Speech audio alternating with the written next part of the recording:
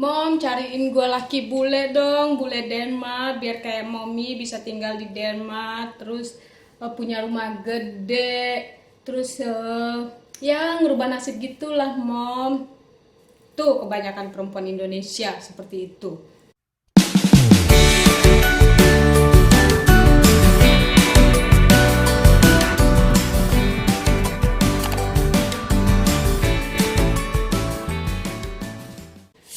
Hai teman-teman, apa kabar kalian semua? Ketemu lagi dengan aku di sini Moa Ana dari Denmark. Teman-teman, di video kali ini aku mau sedikit curhat dan mudah-mudahan apa yang aku ceritain ini menjadi sedikit membuka wawasan buat teman-teman yang ada di Indonesia dan yang mendengar ini gitu. Banyak dari kita perempuan dari Asia yang pengen banget nikah sama orang Eropa atau orang Denmark lah ya, Eropa lain lah seperti orang Jerman, Belanda, banyak itu pokoknya Eropa, karena menurut mereka itu mereka cuma membayangkan yang wonderful life gitu kan. Tapi sebenarnya teman-teman, nggak semuanya seperti apa kita menikah sama bule kayak menikah sama raja minyak dari Medan gitu, nggak seperti itu. Kalau yang nasibnya baik, ketemu laki-laki yang baik, nggak perlu dia kaya, hidup kita dicukupi, dia respect sama kita, membahagiakan kita, itu udah cukup. Tapi kalau kita ketemu laki-laki bule yang kaya, orang Eropa yang kaya, tapi dia nggak ada punya hati, dia psikopat, percuma aja uangnya banyak, tapi dia menyiksa kita psikis dan fisik dan batin. Nah itu juga. Jadi buat teman-teman, aku sedikit mau cerita apa-apa aja kalau kita menikah sama orang Eropa itu apa yang harus kita lakukan gitu. Dan kira-kira kalian masih siap nggak seperti itu? Pertama, ini aku ceritain kalau menikah dengan orang Denmark ya. Pertama, harus sekolah bahasa. Itu penting dan itu number one.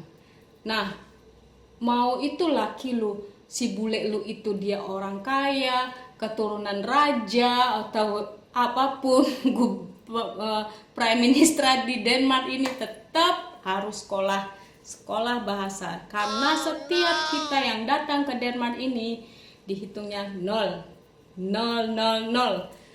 Karena apa? Karena kita harus mengerti bahasa mereka. Jadi kayak kita anak yang baru lahir yang harus mulai belajar berbicara, itu penting. Itu 3,5 tahun. Dan selama kita sekolah, kita harus bersedia praktek kerja yang dianjurkan sama pemerintah di sini. Tapi kalau kayak aku, waktu itu aku nggak ada dianjurkan praktek kerja karena pada saat itu aku punya anak bayi yang nggak mungkin aku untuk tinggalkan gitu. Dan keuntungannya di situ. Nah, kedua, sehebat apapun pendidikan lu dari negara lu, dari Indonesia, sehebat apapun pekerjaan lu, di sini tidak dihitung, di sini nggak bisa dipakai gitu. Ada beberapa universitas yang bisa diakui di Indonesia di sini, tapi tidak bisa digunakan untuk mencari pekerjaan di sini. Harus melalui sekolah lagi yang ada di Denmark ini. Seperti itu. Jadi jangan bangga aku kuliah dari Trisakti, aku kuliah dari sini, aku dari ini, aku sarjana tamatan ini, master, whenever. Shit. Nggak dipakai. Tetap dalam. Jadi gue bersyukur gue dulu cuma tamatan SMA nih dari Indonesia. Sombong amat. Jadi nggak jadi aku nggak merasa sia-sia kuliah. Kalau bayangkan aja yang kuliah, yang udah sekolah setengah mampus, nyampe di sini menikah sama orang Denmark, ternyata kuliahnya nggak dipakai gitu ya kan. Nah ya itu tadi, tapi ada beberapa fakultas di Indonesia yang bisa di ini, tapi tetap harus sekolah lagi memperdalam ilmunya di sini gitu. Nah terus kalau kamu nikah sama orang Eropa, orang Denmark, suaminya harus membayar garansi. Aku di zaman aku itu, aku bayar garansi 50.000 kroner, artinya 100 juta. Nah sekarang aku punya teman yang baru datang dari dari Indonesia pindah ke sini, padahal suaminya orang Denmark. dia membayar garansi sekitar 100.000 kroner, artinya 200 juta. Nah, uang gede kan, itu untuk garansi saja gitu loh. Uang garansi ini akan kembali secara bertahap di dalam waktu 5 tahun, kira-kira seperti itu ya. Itu nanti garansi itu akan kembali pada saat kita menerima permanen resident. Dan untuk mendapatkan permanen resident itu tidak gampang, ada proses panjang. Nah, terus udah gitu kita membayar pendaftaran untuk formulir, kita bisa menetap, bisa mengajukan apply tinggal di Denmark. Itu pun sekitar formulirnya itu kalau nggak salah sekitar 6.000 kroner ya. Diterima nggak diterima itu uang tidak bisa kembali. 6.000 kroner itu sekitar 12 juta. Itu cuman pendaftaran seperti itu. Masih mau kawin sama bule? Apa bulenya sanggup? Apa bulenya bersedia? Cus. Nah, teman-teman, terus untuk tinggal di sini itu tuh sebenarnya harus punya mental yang kuat gitu loh, mental yang benar-benar pejuang gitu loh. Harus benar-benar orang yang benar ya udah aku di sini mau hidup mati di sini. Kenapa? Satu cuacanya di sini nih selalu ekstrim. Kalau dingin banget, angin, aduh Tuhan, kalau itu rasa-rasa sedih. Terus kalau lagi musim dingin itu gelapnya panjang gitu. Rasa hati itu kayak gimana sih? Nelongso gitu loh kalau kata orang Jawa. Itu bener-bener deh. Terus udah gitu ya. Di sini suami istri itu harus bekerja karena di Denmark ini suami laki-laki dan perempuan itu equal. Mereka harus sama-sama bekerja. Nah, kalau kita di Indonesia, kita punya suami aja deh bekerja. Kita di rumah gitu kan. Tapi sebagian sekarang suami istri bekerja. Tapi nih, kalau di sini di Indonesia yang aku tahu itu suami wajib ngasih semua gajinya ke ibu rumah tangga, nanti ibu rumah tangga yang atur semua gitu. Jadi istilahnya uang suami uang gua ya uang gua gitu. Suami nggak usah pegang duit gitu kan, pegang dikitnya aja buat ngisi kantong biar nggak kosong ya. Nah, tapi kalau di sini nggak, suami istri sama-sama membayar kebutuhan rumah ini. Contohnya suami gajinya 30.000, istri gajinya 25.000. Nah, istri bayar bagian apa? Ini suami bayar bagian apa, seperti itu. Jadi istilahnya 50-50 seperti itulah ya di sini. Jadi nggak ada uang lu, uang gua, ya uang gua, lu nggak usah pegang uang. Di sini nggak seperti itu, sama-sama gitu kan. Jadi nggak ada suami, nih gaji gua serahin semua sama lu, nggak begitu di sini gitu. Nah, jadi kalau kalian kira kita nikah di sini itu sangat indah hidupnya, itu salah besar sayang. Itu kita di sini akan indah hidupnya pada saat kita sudah bekerja, sudah mempunyai gaji, kerjaan kita tetap, kita punya. Nah, di sini kalau kita udah punya pekerjaan tetap, gaji kita dipotong itu untuk bayar pajak. Nah, di pajak ini kita udah mendapatkan uang holiday. Makanya kenapa orang-orang bule itu, orang-orang Eropa itu mempunyai jatah holiday, bisa liburan kemanapun, karena pada saat mereka gajinya itu udah dipotong untuk liburan itu tadi. Jadi jangan heran kenapa orang Eropa itu suka liburan, karena uangnya udah disimpan dari tiap bulan gitu. Sombong amat. Makanya mereka selalu ada waktu untuk liburan. Terus kalau seumpamanya kalian ketemu sama laki-laki bule atau orang Denmark yang mereka sudah pernah bercerai gitu kan, seperti aku kenal dengan suamiku, dia udah bercerai, tapi aku tidak dalam merebut suamiku pelakor, enggak ya, karena aku kenal suamiku itu dia udah bercerai sekitar 10 tahunan gitu. Jadi pas aku kenal dia memang bener-bener duda gitu. Nah, tapi di sini laki-laki orang yang bercerai bercerai dia tetap mensupport anaknya sampai anaknya itu berusia 18 tahun. Itu wajib, tidak bisa bilang nggak bisa, gue nggak ada duit, ntar aja gue kirim. No, di sini tek gaji dipotong secara otomatis sama pemerintah, sama bank gitu kan. Jadi itu rutin setiap bulan gitu. Nah, suamiku waktu itu membayar itu sekitar tinggi lah ya, aku nggak bisa sebutkan. gitu kan, karena dia mempunyai tergantung gajinya ya kan, lumayan gede ya, jadi lumayan lah untuk kita bayar. Lepasnya kita suami aku tuh support anaknya begitu dia umur 18. Nah itu selesai, tidak membayar lagi untuk dia. Uang yang kita dikasih itu kan jatuh ke rekening mantan istrinya, karena anaknya waktu itu masih di bawah 18 tahun seperti itu. Nah sekarang udah terlepas.